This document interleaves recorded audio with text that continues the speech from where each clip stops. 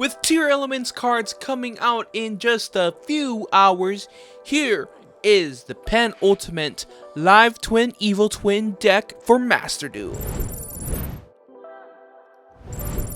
What's going on, Links? It's your favorite big boy Faker here with the brand new, most improved, and very consistent Live Twin Evil Twin strategy featuring the sprites for the Master Duel meta featuring TEARLAMENTS. Now, TEARLAMENTS is one of those decks where you do need to have a very high knowledge of the game to understand what's going on, and I think Master Duel provides that because in Master Duel, it highlights special effects that happens by highlighting the specific text in blue. Now, the main reason you should pilot the Live Twin Evil Twin Spright strategy is because it can play the Scythe Lock. In Master Duel, the Scythe Lock is still available, so we're going to be showing you, or I'm going to be showing you the version that I run featuring that Scythe Lock. So let's get right into that deck profile. So here we go with that deck profile. First off, I'm running 2 copies of the Effect Veiler. The reason why we're running Effect Veiler is because it's the baby Infinite Impermanence. The reason why I'm playing a lot of the hand traps at 2s is because I'm trying to maximize the consistency versus having the ability to have an interaction with my opponents, because I already am able to get into my red and my carrot pretty easily in the deck. So on top of that, we're running dual copies of Maximum C or Max C. Of course, everyone runs this, and if you don't know what it does, send it to the graveyard, and every time your opponent special summons, you draw a card. Especially now, we'll be in a format where TEARLAMENTS will be spamming monsters like crazy. So as a TCG player myself, I already know that Max C is going to be a very detrimental card in this upcoming Master Duel format.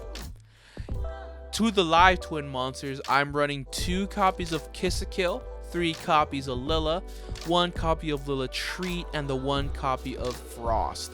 The reason why we're running more copies of Lila is because Lila is a more high impact Live Twin monster versus Kiss a Kill, because Live Twin Lila can special summon the most important card in Live Twin Kiss a Kill, Frost.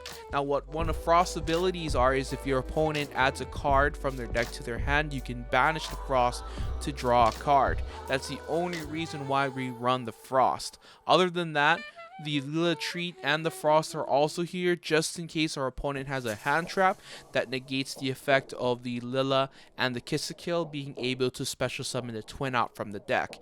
If we have the opposite twin, we can special summon the opposite version of their level up counterparts.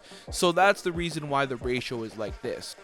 You could actually opt to play the Evil Twins Kiss a Kill and Lila, the tribute monster, by dropping one of your Live Twin Lilas. That way you have something to send off of Trouble Sunny, but we only play 1 Trouble Sunny, so there's no real point of running it, and we have a very, very tight extra deck already.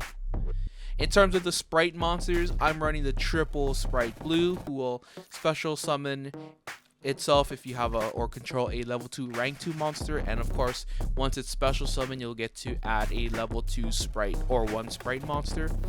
Jet, same effect, but we'll add a Spright Spell or Trap, as well as Red, same effect to special summon, but the difference is Red can tribute 1 monster on the field to negate a monster effect, and Carrot will be the same for the spell cards. The next card is going to be Ghost Ogre and Snow Rabbit. This is technically a flex spot in the deck. The reason why it's a flex spot is because this was really made for the current meta. Because of Mathemax, we have all those runic cards, etc. This can easily be Ghost Bell and Haunted Mansion. It just depends on how you want to run it. I like Ghost Ogre because it can get rid of 1 pesky card, and that pesky card is going to be TEARLAMENTS Shiren, because they won't be able to fuse on the field, but of course it's going to be in the graveyard. Kind of counteracts what you're trying to do, but this could also be a card like the Silent Graveyard. The Silent Graveyard is a great card in the next format because a lot of people will be using the graveyard. We can use the Silent Graveyard to essentially turn off the graveyard for the turn. We want to essentially use this during our opponent's turn, because if we use it during ours, it'll be very detrimental for our plays. So yes, Ghost Ogre and Snow Rabbit is technically our flex spot. Of course, we got the Ash Blossom and Joyous Spring, best hand trap in the game, as well as the 1 brick of Artifact Scythe. This is to complete our Scythe combo. As for the spells, I'm running the 2 copies of a Lightning Storm. Lightning Storm is here because of Runic. We all hate Runic. This is one way to get rid of those cards. For the rest of it, I'm running the 1 copy of the Secret Password, which is our bridge to our Live Twin Sunny Snitch. You could play more of the Secret Passwords and the Sunny Snitches, but I find a 2-1 combo has worked very tremendously, and most of the time with the consistency test, I always end up getting one of my Live Twin monsters on the board, which are these 2 here, which are the main 2 Live Twins. They always happen, so I don't really need for going into these or getting more into the deck. And not only that, but a gigantic Spright can special summon one of the twins as well. Of course, 2 copies of Call by the Grave and the 1 copy of Crossout Designator. And then the other flex spot is going to be Forbidden Droplet. The reason why Forbidden Droplet can and should be played in a deck like this is because of the Link monsters in Kill and Leela, because they both can revive the counterpart if you don't use the revival effect. So yes, the Forbidden Droplet is another flex spot in this deck. Of course, I'm running 2 copies of Spright Starter. This is going to make sure our Dagda play happens, and of course 1 Spright Smashers to get rid of pesky cards like Hugin or some other pesky mon on the field. And lastly, triple copies of Infinite Impermanence. The reason why I'm running 3 of this versus other hand traps is because I believe that this card is more impactful for the game, especially in a 1-win or best of 1 format. The Infinite Impermanence's ability to knock out or negate a zone is going to be very detrimental for your plays. In terms of the extra deck, we're going to start with the Xyz monsters. Of course, Sky Cavalry Centuria is the main boss boy. This is basically the standard in the Live Twin package. Of course, Gigantic Spright. This is going to lock us out from being nibbed, as well as locking us into Link 2 Rank 2 Level 2s. But as a completely Link 2 deck, this doesn't really hurt us as much. Of course, Downward Magician. This is for us to rank up into the Zeus package. As far as the Link monsters, IP Masquerena here is so that we can Link climb into stronger monsters on our opponent's turn, which is most likely going to be the Nightmare Unicorn. Of course, since we are playing the Scythe block, we have to play the Artifact Dagda, which on effect or if effect of another monsters on the field is activated, or a card effect like Spright Starter, we can use Dagda to set our Scythe from the deck. Or if we have the Scythe already in our hand, we can just set it and we can totally nix the play of doing the Artifact Dagda combo. Of course, in terms of the Evil Twin package, we got 2 copies of Kill and 2 copies of Lila. This is the very standard package. Lila, when she's summoned on the field and she has her counterpart, she will draw a card. And in terms of Lila, if there's already a Kill on the field, she will destroy a card. So this is going to be part of the Scythe block as well. Of course, we're running 2 copies of Spright Elf. Spright Elf is the creme de la creme of monster design. It's basically Halki Firebrax for Link monsters or level 2 rank 2 monsters. Love this card so much. Of course, it revives linked level 2 or rank 2 monster. A level 2 monster specifically. But if your opponent controls a monster, you can revive a level Link or rank 2 monster. And of course, the bigger Link monsters, which we're going to be using more towards the IP play. We're going to be spinning a card or bouncing a card with Nightmare Unicorn. Of course, we can get some negates with Apollosa, Bull of the Goddess. And of course, we have the Evil Twin Trouble Sunny, which is just going to be part of our OTK package, essentially. You can swap Apollosa for something else like Axis Code Talker or a second copy of Trouble Sunny. This is kind of a flex spot, honestly. I just run it to have 15, but in the future I may cut this. Okay, so let's get right into this replay here. This is pretty nuts. So as you can see here in my opening hand, I don't open the correct stuff. So off of this, I'm looking at it, I'm playing against the Sword of the Souls. So of course I'm going second, which sucks, and I can't believe I actually drew the red and the carrot as well as the jet. But I did draw the Kiss of Kill Frost. So here our opponent will special summon his boy Ashuna, which I don't know why. That's a very interesting play. But our opponent is going to normal summon Moyi, activate Moyi's effect. I'll go ahead and imperm that because I don't want him to have a tuner, and I want him to kind of stop his play right here. So he's gonna go ahead and set a couple of cards there. And of course it's ya boy's turn, and why don't you look at that, I drew a second jet. So of course we're not going to be able to get our plays here, but our opponent activates this weird spell that lets him, a trap card that lets him basically add a Sword Soul card. Now I knew that I was going to be chasing a blackout here, so the reason why I normal summoned both of the jets here, one jet, and special summoned the other jet, is because he's going to trigger that effect of Sword Soul blackout because of reasons.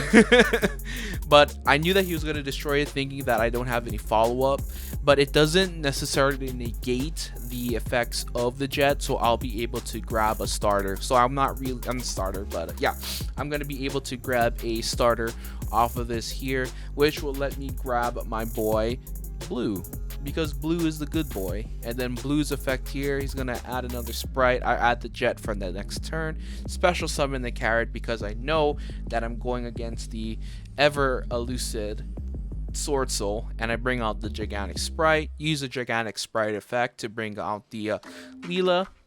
Now the reason why I brought out the Leela is because I already had the Kiss of Kill Frost in hand, and using the Kiss of Kill Frost effect will let me special summon itself if I control the counterpart as mentioned.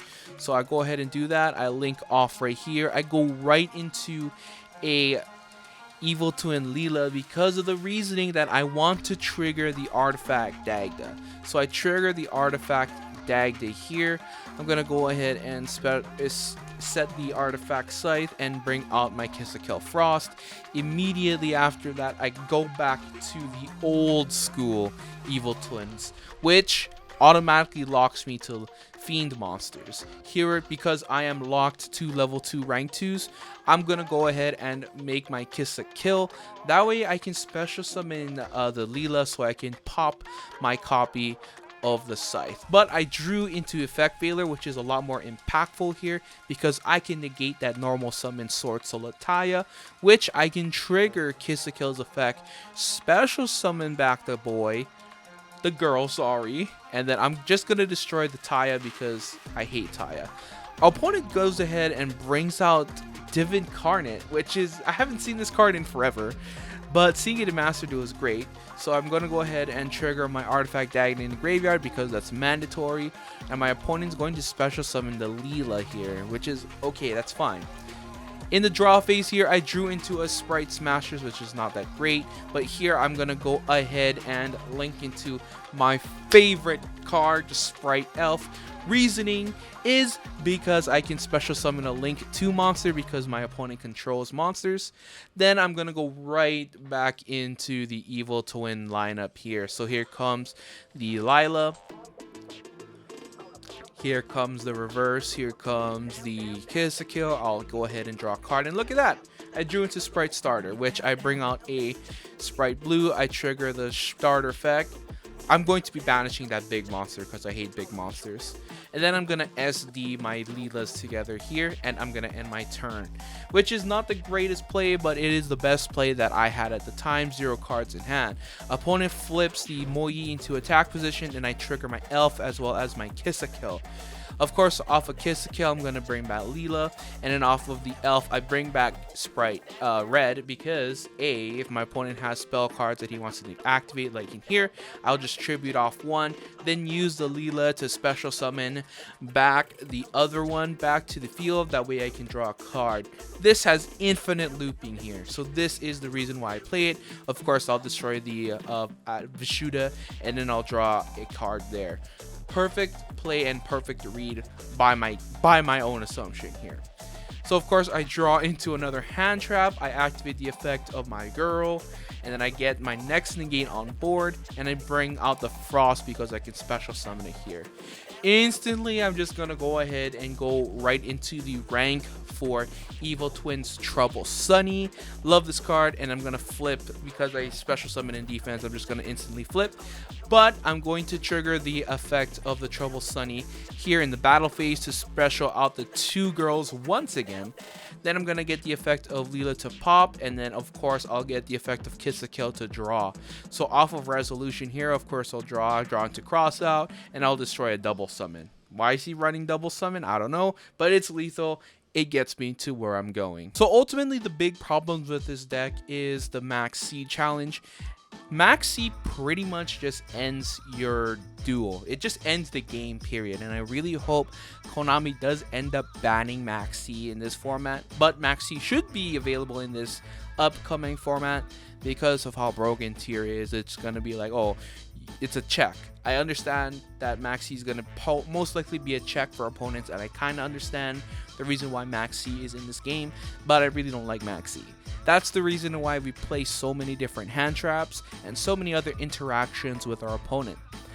Of course, the other hand traps, but the biggest detrimental one for us is going to be the Ghost Ogre and Snow Rabbit, because if we just normal summon our, let's say, Kiss a Kill, of course we'll be able to get our special summon of the other twin. But what happens if we don't have a Spright monster to special summon? It just kind of ruins the game for us.